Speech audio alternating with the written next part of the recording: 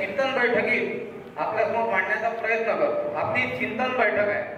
त्या चिंतन बैठकीत आपण मत प्रकट करण्याच्या पहिले आपण आज इथपर्यंत जे पोहोचलेलो आहे ते कसं पोहोचलो, त्यासाठी काय करावं लागलं हे आपल्याला सगळ्यांना माहीत आहे। हे सगळे जे या ठिकाणी बसलेले आहे हे त्यागी लोक आहेत, बरोबर आहे ना? त्या सर्वांनी त्याग केलेला आहे या महाराष्ट्रातला सुजलाम सुफलाम बनवण्यासाठी।